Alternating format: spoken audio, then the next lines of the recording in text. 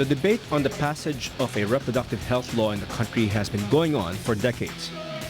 We have witnessed the largest street protests of those who support and resist the reproductive health law. But the endless disputes inside and outside the courts are now in a deadlock, waiting for the Supreme Court's declaration on the law's constitutionality anytime soon. The reproductive health was first introduced in the Philippines in 1967. Republic Act number 10354, or the Responsible Parenthood and Reproductive Health Act of 2012, guarantees universal access to methods on contraception, fertility control, sexual education, and maternal care. The Asian Development Bank reports that rapid population growth and high fertility rates among the poor aggravate poverty, making it harder for the government to address it.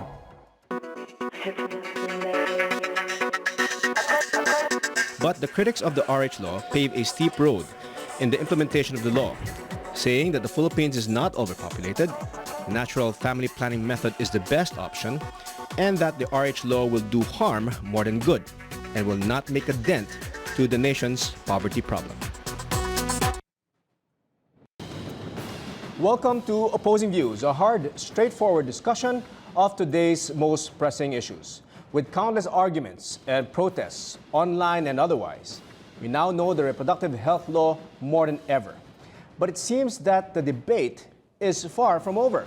We ask tonight, does the Philippines need a reproductive health law? Good evening, I'm Rod Nepomuceno, and this is Opposing Views.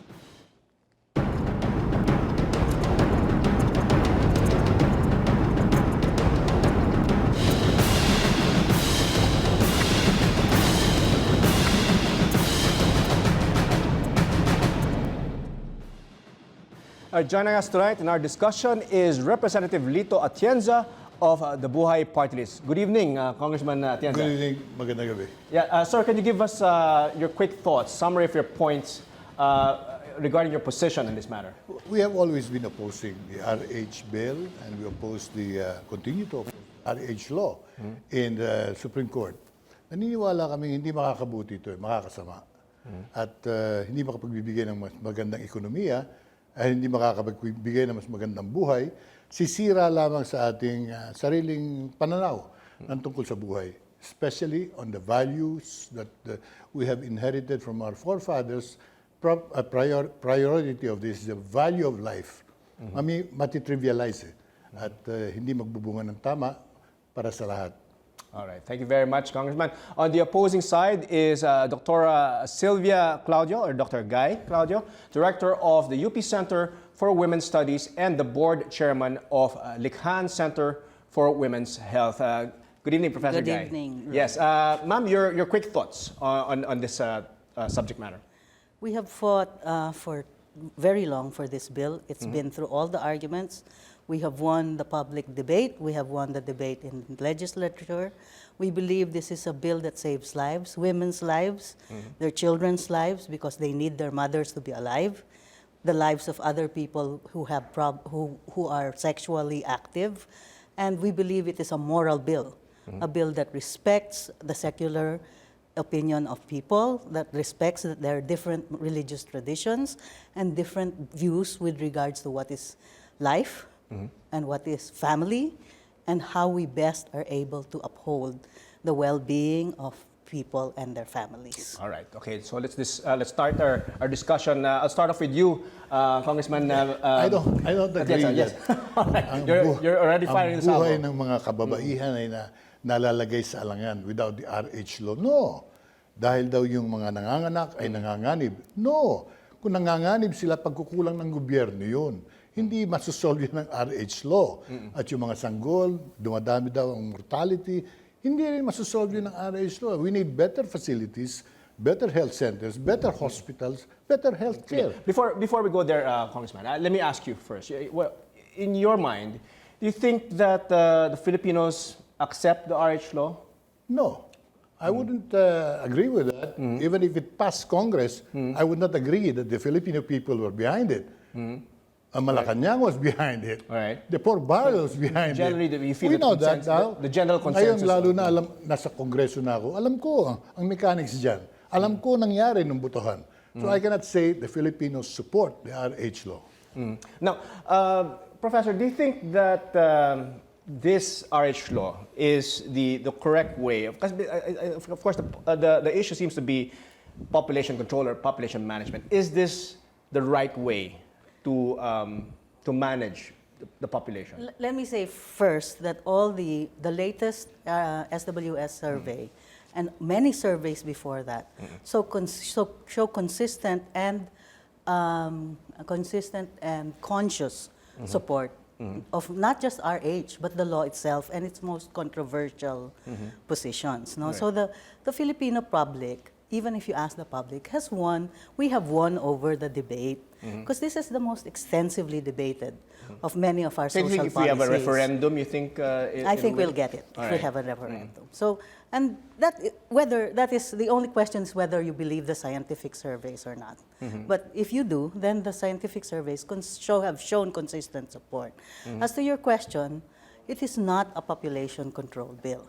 It never was, because to give you a little bit of my personal history, my first engagement in this area was to oppose population control under the Marcos regime. Okay. But it is a bill that I believe answers another part, because contraceptives may be used for population control, or they may be used so that women and their families can decide the number and spacing of their children.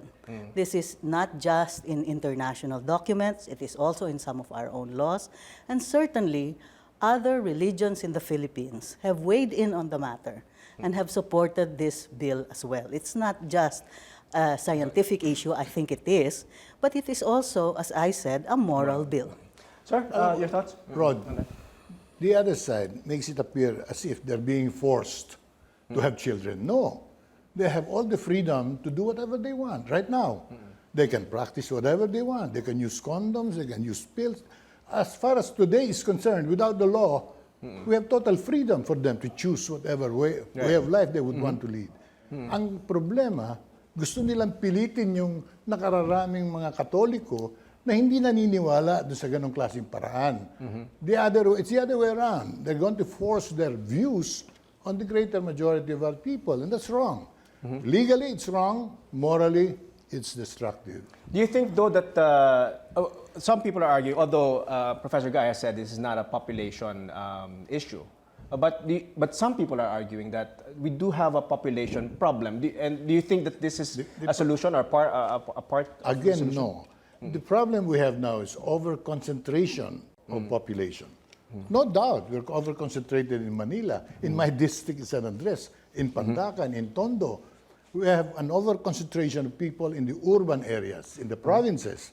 But the Philippines is so blessed with natural resources. We can spread out the people. But it needs good, effective planning, government, leadership, and services, education for our people. Maraming kulang eh.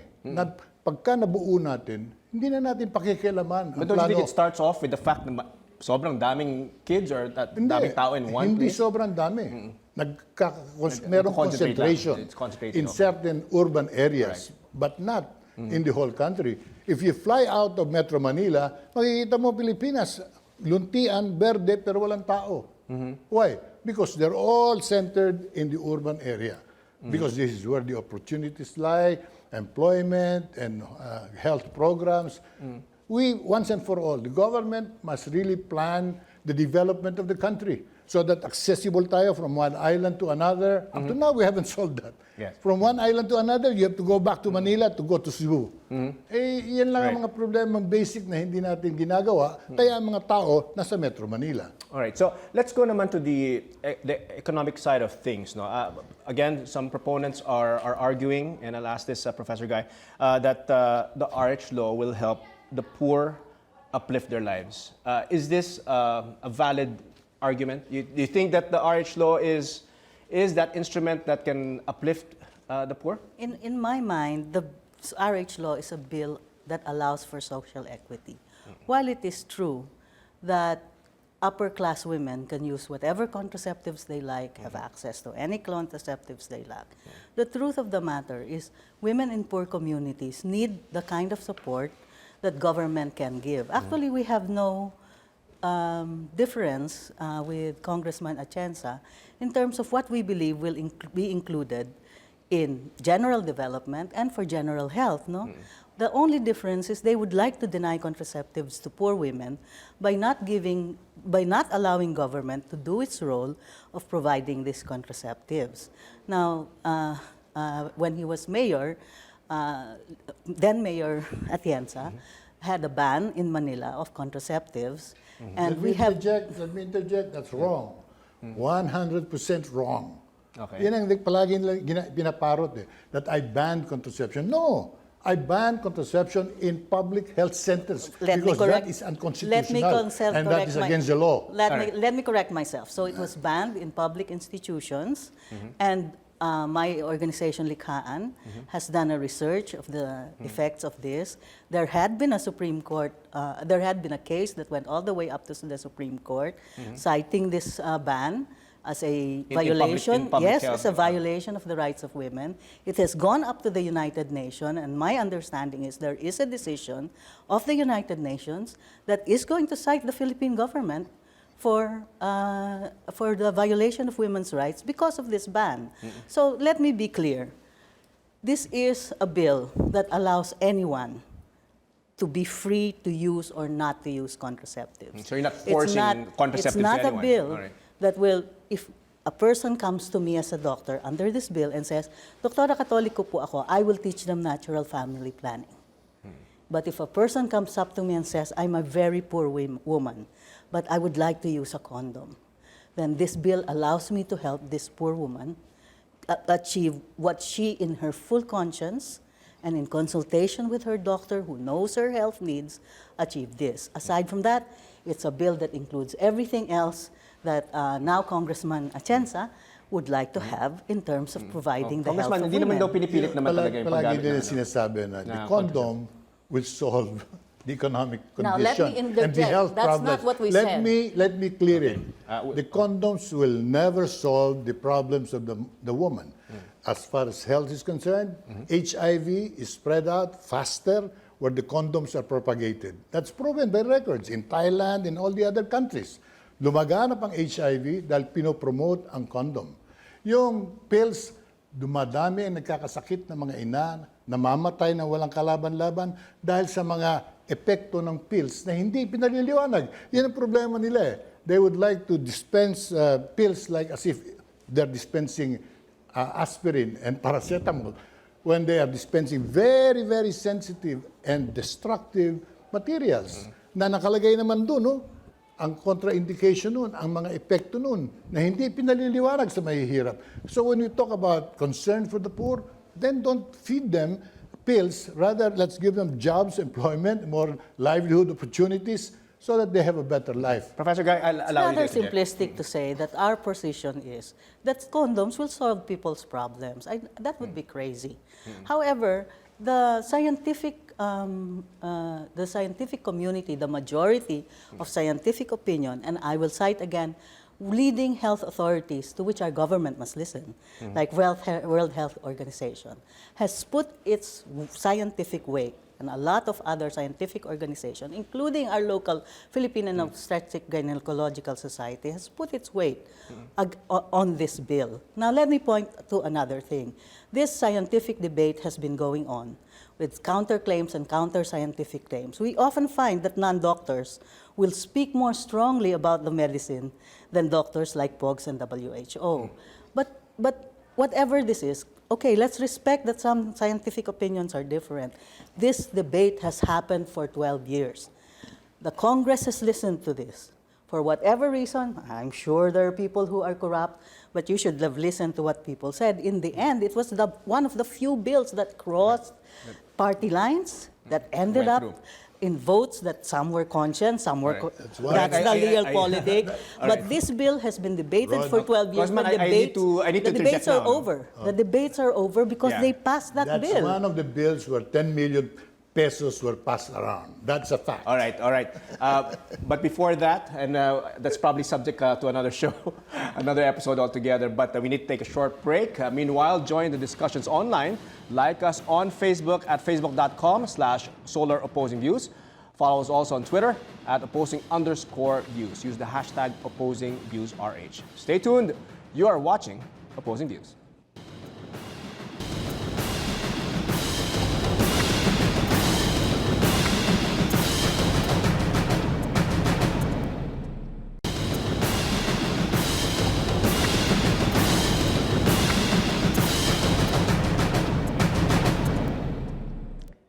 Welcome back. You're still watching Opposing Views, and we are having a lively debate here, a lively discussion with Representative Lito Atienza and Dr. Sylvia Guy Claudia. Our debate question for tonight: does the Philippines need a reproductive health law? Now, before we took a break, we were discussing this actually at the lounge, Congressman Atienza.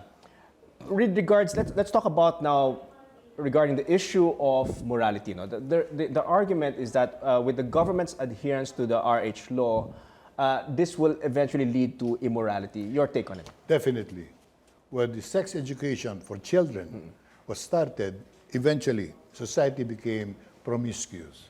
Because i-expose mo yung mga bata na ang kanilang pinagkakabalaan, ang iniisip, ang excitement sa kanila, mama, father, brothers, sisters, enjoying with the family, reading, studying. Bigla mo ngayon tuturuan sa eskwela ng sex education. I took up sex education as a fourth-year student in Ateneo. And believe me, we were squeamish. And we couldn't really take it just like that because when you first time naririnig yung mga sexual parts and sexuality of human being, medyo hindi tama. The sex education should be taught in the home by the mother and the father. Ganun lang dapat yan. Pag tinuro mo sa bata yan, lalaki yung mga bata, trivialize, that is the impact. Trivialize yung kanilang attitude towards sex. Have fun, enjoy it, don't worry about anything anymore because you're using a condom, you'll be taught how to use it, there are pills available, yan ang makakasama. It will promote immorality. Do you think that's a fair position, Professor Guy? Congressman Ateneo kasi kayo eh. Hindi UP kami. Joke lang po. Ganito po, sa UP Center for Women's Studies, we teach sex education to 2-3-year-olds kasi I run a daycare. Ano po ang laman ng sex education for 2-3 years old? Siyempre, tuturuan po namin ang mga parte ng katawan. Kasama na po yung maseselang parte, ang tawag natin, the anatomical parts that, well, they say we can't mention it here on TV. I don't see why not, because they are parts of the body. And why do we do that, sir? Because children as young as this have to be aware that there are good and bad touches and that there are certain people who will touch them in the wrong way. Then we teach them something that's very important. If you have a difference with someone, if you are disagreeing, if they're different from you, you must move in a way that is non-aggressive in order that you can resolve this difference. Why do we think this is important to teach for sexuality to 2-3-year-olds? So that no one sexually harasses a person, no one bullies another human being just because you think that person is bakla or lesbiana or tomboy. We don't want that either. This is important. Now, what does the bill say? The bill actually says that you have to give sexual education based on the developmental capacity of the person. Ngayon, mukha pa kayong totoy ng fourth year kung squeamish kayo. Joke lang po ulit, di ba? But we have to Mabait adapt. kasi ko eh. Mukhang mabait kayo masyado. Ako rin, I was squeamish. But we should be able to adapt to that. Talagang mabait ako. Yes. Dahil natuto ko sa aking ama eh. The final- I-reserva mo yan pag nag-asawa ka The na. final word, Rod, Okay, is this. yes. What do the scientific studies show? And I would cite now a technical report of UNESCO, our international body on educational matters, no? For example, and the other data that would come from other reputable scientific scientific institutions. If you teach people properly about sexuality, they're more likely to postpone sexual debut. It's the children that you keep information from, whether that's in school or not, that are more likely to get into early teenage pregnancy. Let me just point out that it's not just the parents and the schools who have control of this. There is the internet, which is increasingly a problem and often a source of the most immoral types of approaches towards sexuality. So we both agree, Congressman, we have to approach sexuality from an important moral position. We can agree on the value of education. Yes. But we believe that it's the parents job, responsibility, and the most effective agents of education on matters of sex, sexuality. Hindi yung teacher. Sana kung lahat ng teacher katulad ni Dr. Claudio. Mag-training po kami. We're talking Kaya about po namin i-training. millions of instructors and instructresses na baka hindi tama ang mangyari. So, pag-ingatan natin yun. Because sabi nga ninyo, importante yung nabubuong attitude ng bata on sexuality. So, bakit natin hindi ipaubaya sa bahayan, sa tahanan, sa pamilya, sa magulang, hindi sa third party?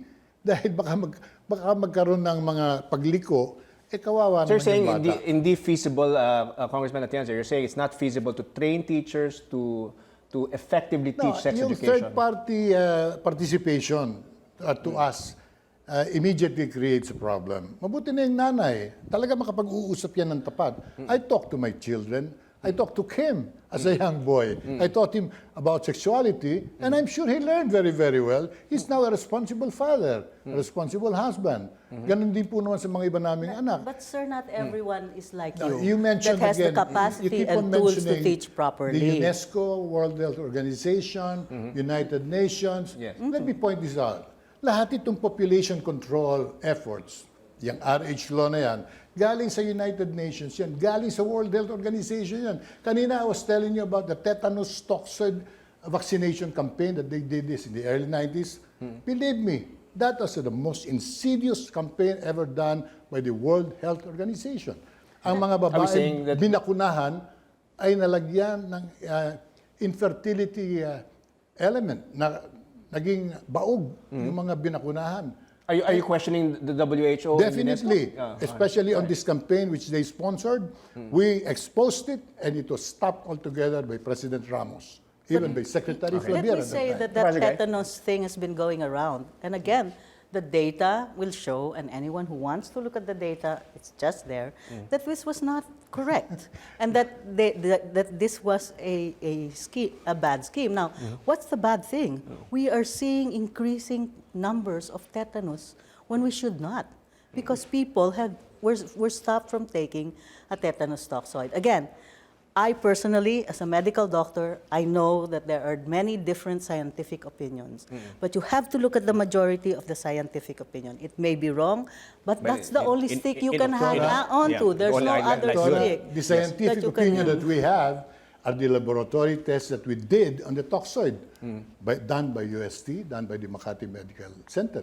Yung tetanus toxoid na ginagamit nila, 20% of the vials in a box contained elements which should not have been there. The doctor should know it. HCG elements, human chorionic gonadotrophin, which sterilizes the woman. Yung kailangan ng womb para magbuntis ay hindi nalalagay na at naaalis, na-neutralize. So if you talk about medical findings, we have a complete list of this. Those findings were in fact contested. And let me say again, Rod, this came out all throughout the 12 years of the debate. People heard it. Then why did you stop the program? Why did Secretary Flavier stop the program? Because they cannot defend it anymore. We placed them in a spot. Secretary Flavier wrongly stopped the program. They looked at it again because of those findings and reinstituted the program. Hold on. They reinstituted the program. Binabakunahan nila babae, yung reproductive age. Doon lamang nagtaka kami. Bakit ang babakunahan hindi yung magsasaka na nasusugatan ng araro? Bakit hindi yung laborer na nasusugatan ng kanyang trabaho? Bakit babae na magbubuntis, yun ang kanilang binabakunahan? Well, we can go on and on about this tetanus shot, but unfortunately, that's not what we're talking about. Yes. Maybe in another show, another episode. But let's talk about, again, it seems to me that the sticking point in this whole RH debate, it's not so much the tetanus shot, but the contraceptives. For one reason or another, we Filipinos are allergic, especially Catholics, which is, of course, 86% of us. Now, let's talk about the contraceptives. Now, are the artificial contraceptives being offered by the RH law, do you think they're effective and healthy? And then I'll throw the question to you, sir. Let me first correct you, Rod, that the majority of Catholics support this bill. All right. Based on the SWS survey. Yeah, I'm just saying it's a sticking point. Yeah, it's a sticking point. I'm not saying what the majority. And also the Pope's worldwide survey is showing very large differences between the official stand of the Church and the laity. But let me go back, let me go to your question. Yeah. Is to say, the bill actually says that our Food and Drug Administration, which is indeed the organization mandated and that has the expertise to decide on all drugs in the country, whether they are safe and effective, as the question says. The bill says it's the FDA who will now tell the government, ito ang mga dapat mong ibigay at i-supply under the RH law to our reproductive health clinics. So the FDA will assure us of the safety and effectivity of the contraceptives that will be put into the program. So it's the FDA. It's that. Sir? Yes. It's as simple as that. Point out the negative impact of the word contraceptive. The very word contraceptive is anti-life. We will be teaching our children to be anti-life in their thinking. Tuturuan mong gumamit ng kondom at tuturuan mong uminom ng pills sa mga kababaihan. Right there, you create a more serious problem dahil condoms are not foolproof. Pills are not foolproof. Merong failure rate yan. Ang condoms, something like 4 to 5% do not work. So you tell your people, use the condom, use the condom. But don't you think the failure rate is higher if there's no condom or no contraceptive? Mas mabuti ituro mo. Huwag kang gumamit ng condom. I remember in my younger days again, my father saw me with a long white balloon. Alam niya kung ano yung sabi niya, never touch that until you get married. I couldn't understand it in the beginning, but then he explained to me. Anyway, going back to condoms, when you develop an anti-life attitude, then you, again, I'll use the word, you trivialize sex and relationships. Kaya failed contraception, failed use of condom will resort to now throwing away the baby, abortion, which follows very closely a contraceptive-minded population. Diyan mag-uumpisa mas malaking problema natin sapagkat yung aming maintain na home for abandoned babies, 70% of those we get from the streets, from those deserted by, or thrown away by their mothers, are products of failed contraception. Nag-contracept sila, sabi ng isang ina, anong gagawin ko? Pumalpak yung kondom. Darating na yung mister ko from Saudi. Tino yan. Akala niya, yun ang kanyang solusyon. Kondom. Tapos nung pumalpak, itatapon niya yung so baby. basically, in your mind, Congressman, is to tell people they shouldn't be. Let's teach the positive. They shouldn't be no, the having sex. positive. There are ways of programming your pregnancy. Alright. Andiyan naman ang mga methods na talagang tama, in line with your cycle, in line with your values, which will not destroy the thinking and the values of our people. All right, we need to take a short break at this point. More on the issue of the RH law when we come back. Please stay with us.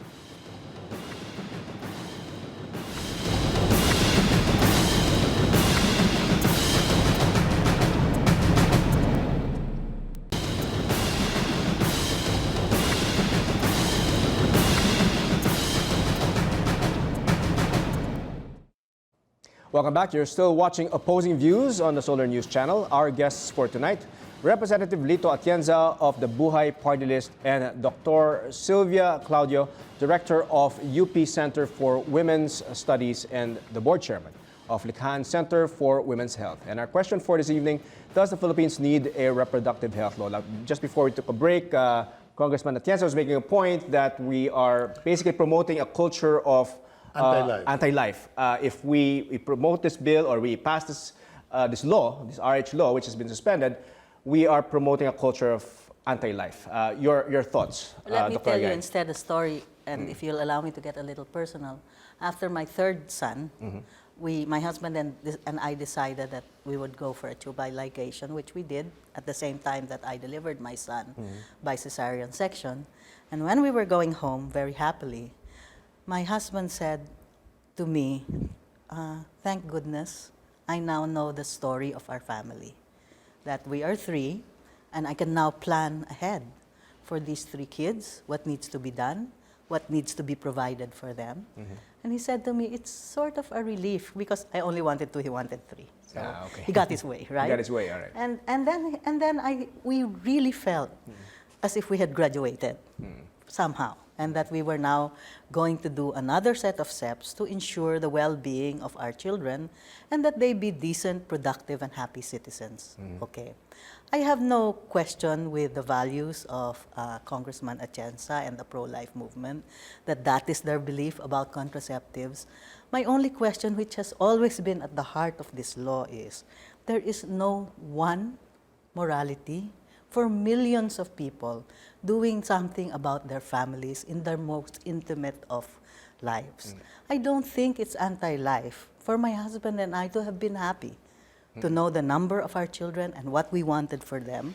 I don't think it's anti-life for many women to tell me, Ma'am, hindi ko na ho pwedeng magbuntis, ikamamatay ko ho yung susunod. Ano ho ang mangyayari? Doon sa siyam ko ng anak, wala na akong ipapakain. Sabi nga ng isang health worker sa amin, sila po, ang importante lang sa kanila yung nandito sa napupunan namin. Pag inilabas namin yan, papatayin na ho namin sa gutom yan, pati ho yung mga anak namin. At hindi Again, naman ho totoo na let me nakakatulong interject. sila Let me palagi interject. sa amin. Allow Dr. Guy to Hindi finish ba? So, let me just say that it's a bit, sorry sir, it's a bit non-judgmental when millions of women have asked us, the medical profession, for this, when we see that it saves women We are not and their disagreeing on that, families. Doctora. We're It is wrong to call it anti-life.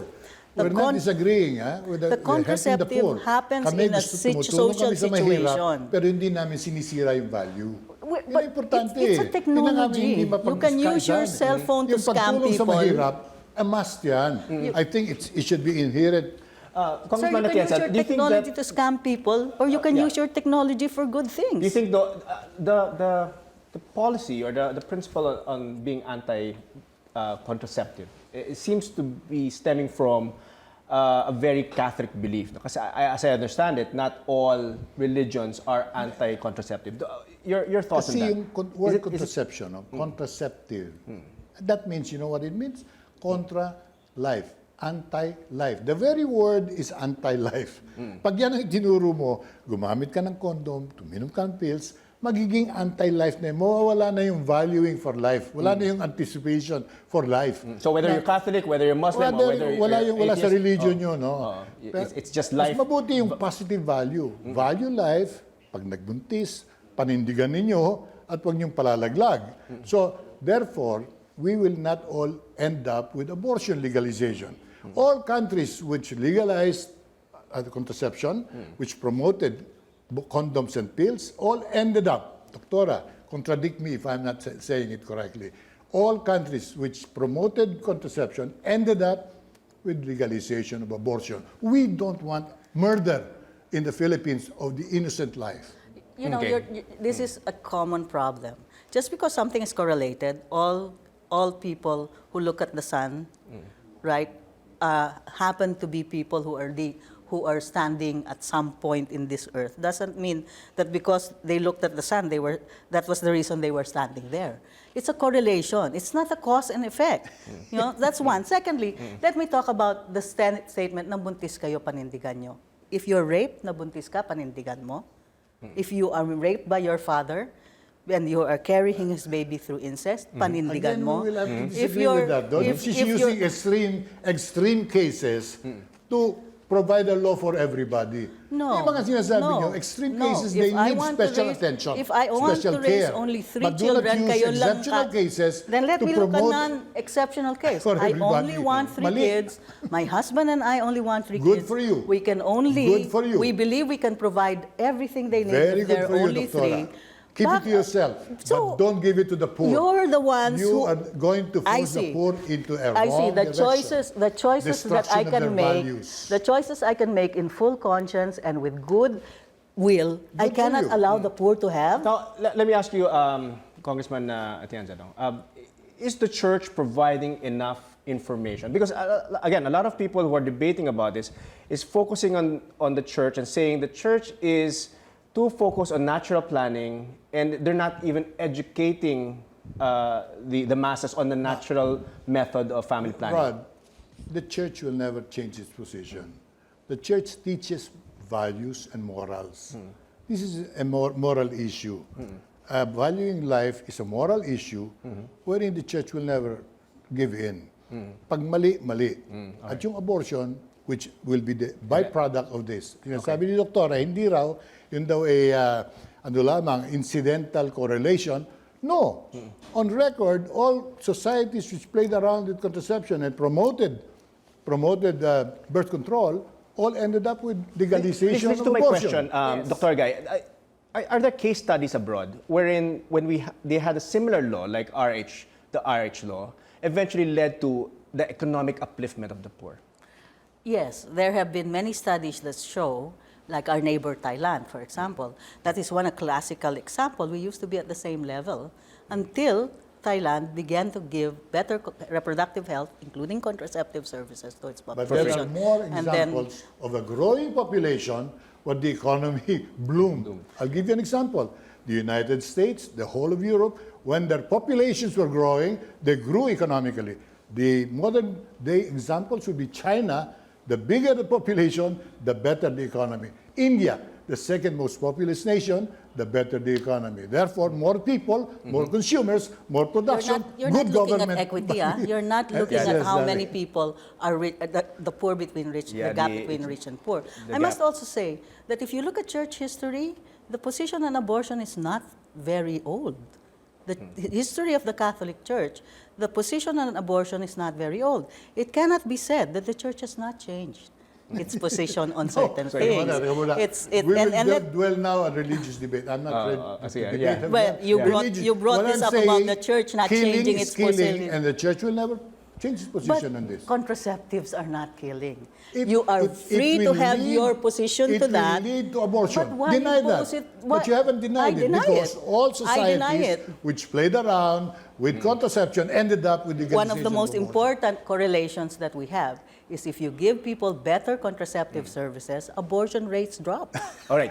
Now, That- let's that is proven Congressman Atienza, across all let me ask you, countries who have done this. Are the existing healthcare policies of the Kailangan- government, do you think that it's adequate? No. The existing. No, kailangan mag-improve. Kailangan mag-improve. Yun andun ang solusyon. Government must improve its health services.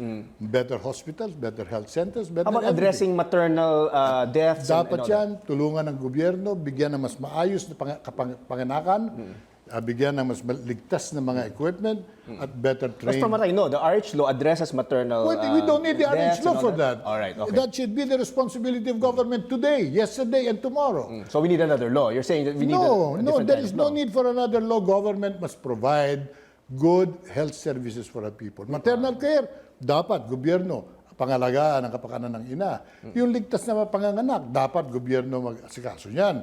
Pero hindi na kailangan panturuan ng kondom at ng paggamit ng pills, which will lead to abortion. Rod, what are the three pillars of reducing maternal mortality and increasing maternal health?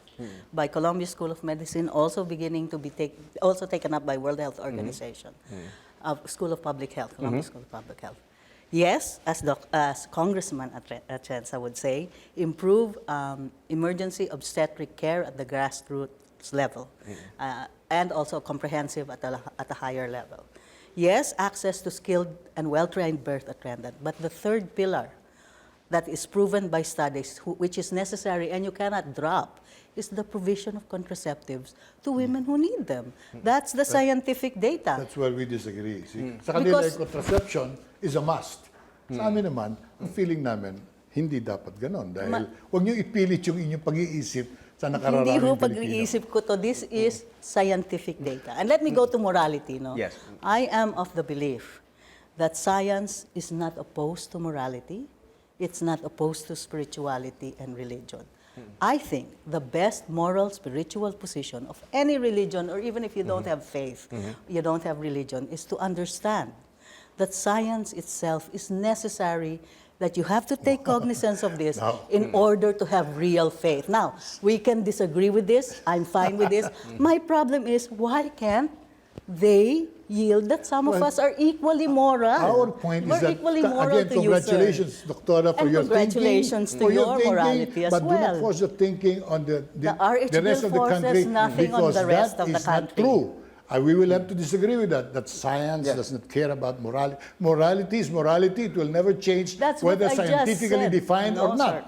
sir. No, Yun sir. ang thinking niya. Congratulations Science for you. tells us But about creation. don't confuse our people with Science tells us about how nature half-truths works. about morality. Morality is morality. Sir, you don't what's own wrong morality. is wrong and what's You right don't is right. own morality. Alright. Not one Alright, group, not one church, not one person. All right, at this point, thank you very much, Congressman Atienza, and of course, Dr. Agay. Let's address, there's some comments. We actually had a lot of comments on our FB page, or Facebook page, and these are addressed to our guests from Lee Harvey David. The RH law is a waste of budget. That's his comment, all right? And then your thoughts on that, Dr. Agay? No, the RH law is not a waste of budget because if you look at all the money we spend on all the things that the RH law tends to address, violence against women, including sexual harassment, HIV/AIDS prevention, including maternal mortality, and I should say morbidity, because women also get not just, they don't just die, they have complications. If you look at all these inputs, you get really much more if you're able to give these services to women and not pay for the complications, the deaths, the diseases, etc. that result from lack of services. For his views, because I agree with him. It is a waste of money because it will create another type of thinking in the Philippines that will cost more money. HIV will be widespread, and promiscuity will be widespread, and we will have a bigger problem in the Philippines. All right. Right now, turuan na lang natin ng talagang Pilipinong thinking, hindi galing sa United Nations, hindi galing doon sa authors ng NSSM 200 na talagang sinabi nilang the Philippines should be targeted for population control because otherwise, yung ine-enjoy nating economic privileges ngayon, I'm talking about the rich countries now, will be lost. Let's teach them wrongly so that we will all forever enjoy economic.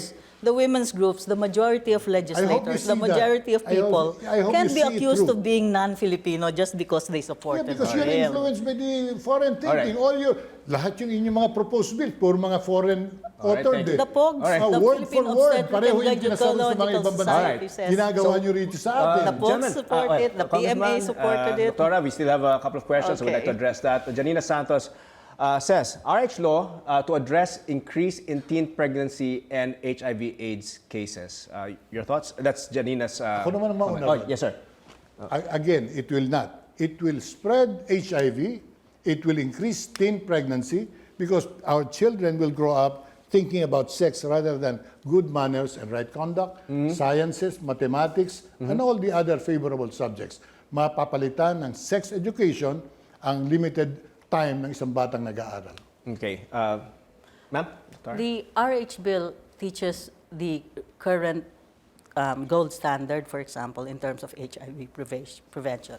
We ask people to be abstinent if they can be, to be faithful to one long-standing partner if they can be, and if not, because I'm not judgmental and would not at all force anybody to follow my moral standards, if you are going to have any sort of sexual relations, then use a condom if you want to. So, you see, this is again the question, what is so immoral about abstinence? You can do that now. Doctora, anybody who wants to use a condom now can do so. Anybody who wants to take a pill can do Parents so. don't even talk But to their why should children about government abstinence, be use careful and much condom? needed funds with a coercive element, pilitin ng mga nakararaming, baka hindi naman nila gusto. Wala Pero kung pong bibigyan ng coercive. gobyerno yan, So at your tutulak. position, it's the parents' role, it's not the government's role to be The teaching. parents' role is the parents' role. It should not be government. All right. Jim Paredes is weighing in. Good evening, Jim. If the church does not want children to have sex ed, is it willing to require all parents to get educated to teach children?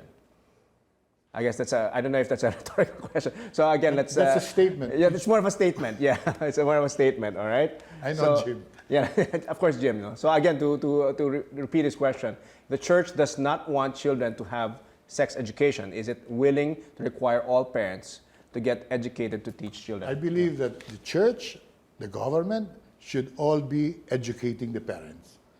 It's our duty to educate the parents so that they can educate the children.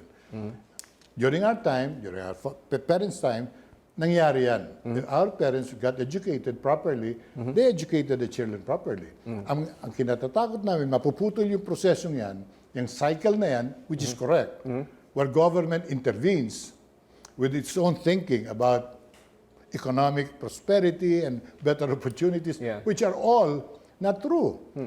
Hindi yayaman ng Pilipino dahil sa gagamit ng condom. Yes. Condoms never made anybody rich. Except the manufacturer. No? All right. Except the manufacturer. Rod, may I please say that the church was, there is a precedent to this.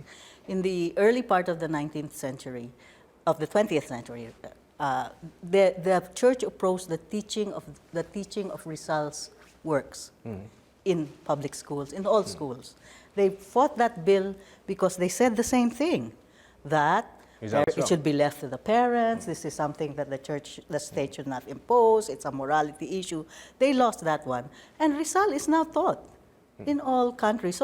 So the position that something cannot be taught in school is really a position that doesn't make any sense. Because that's why the reason we have an educational system. We have an educational system. But to many of system. us, it doesn't make any sense. All right, we need to take a short break. Don't go away. When we come back, the results of our online poll on the issue and the final words of our guests. Please stay tuned. You're watching Opposing Views.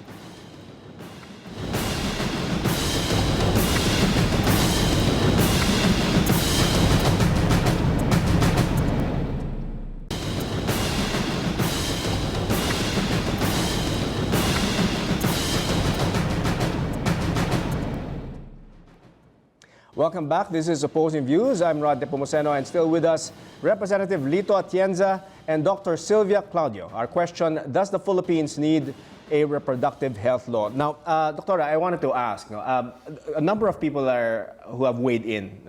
Some of them are my friends. One of the problems they have with the RH law is that I don't want to pay taxes, and some of that taxes, the tax that I pay will go to funding someone's condom, just because he can't help himself or herself. Yes. Your thoughts on that? I think health is something we should just all pay our taxes for. It's a social service, and you can't pick and choose your health care. And it is a social responsibility of each and every one of us to be able to give the government enough resources so that they will be able to meet the health needs of our people.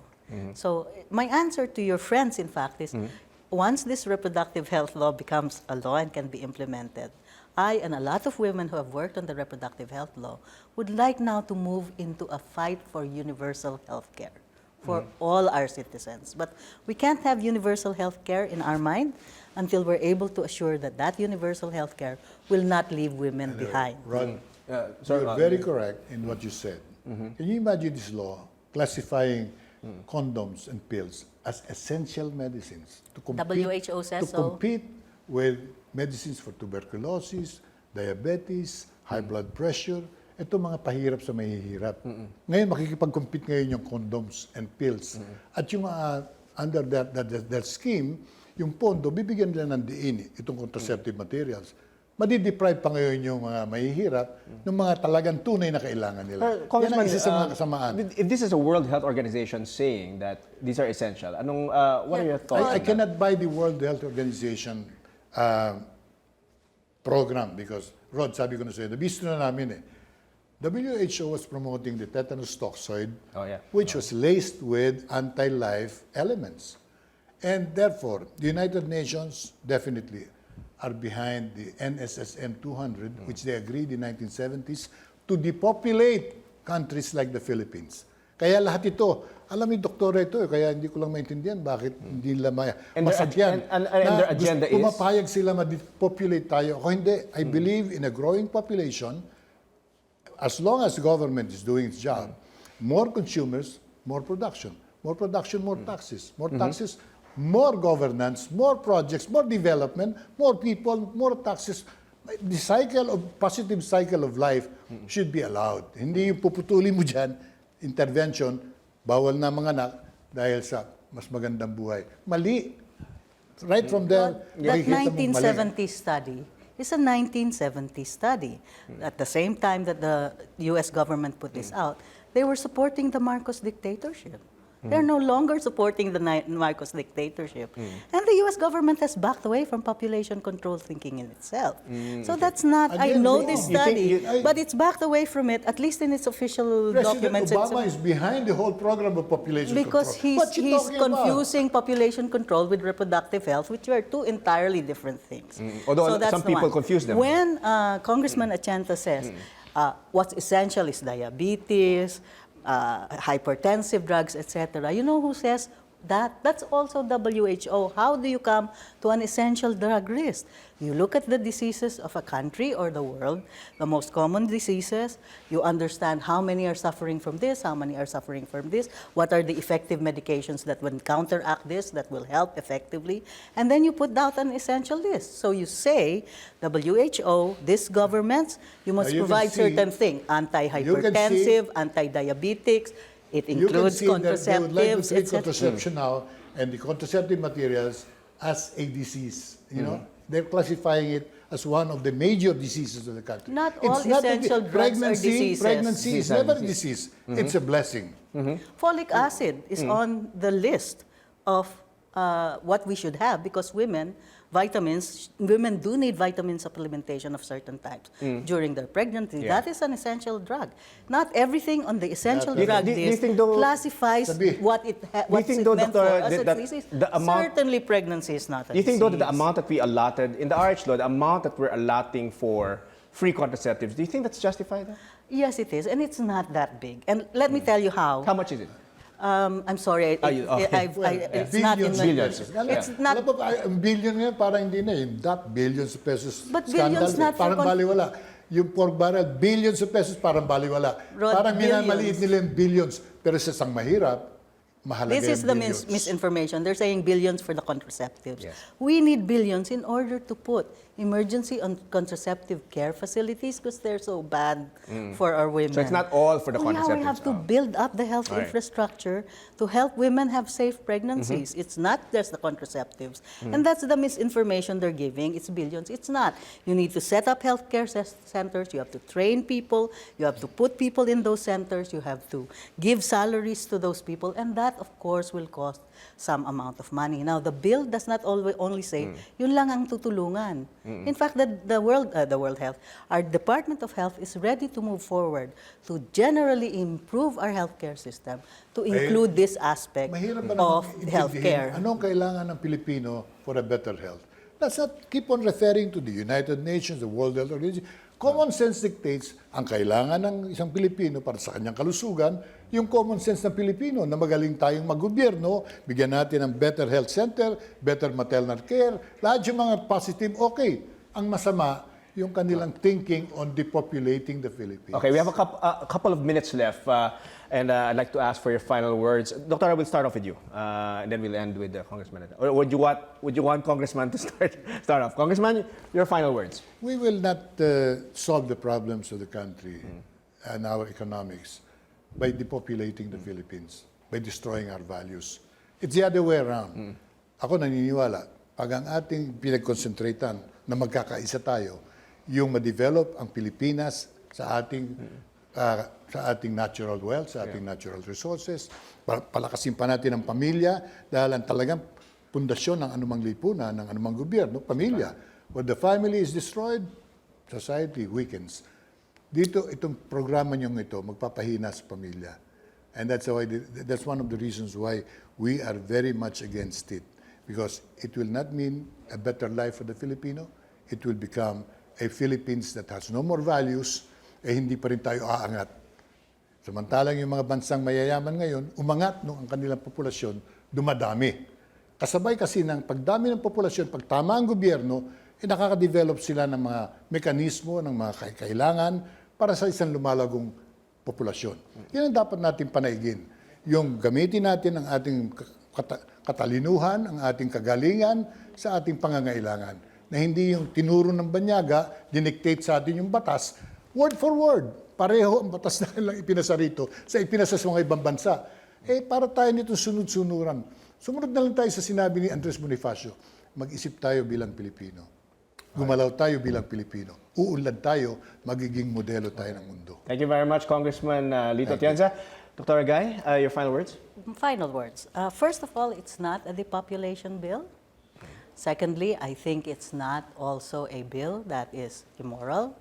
It's not a bill that focuses on contraceptives alone, but it is a bill that upholds the majority of Filipinos' opinion that the poor should be provided contraceptive services by the government. That has been shown in survey after survey after survey.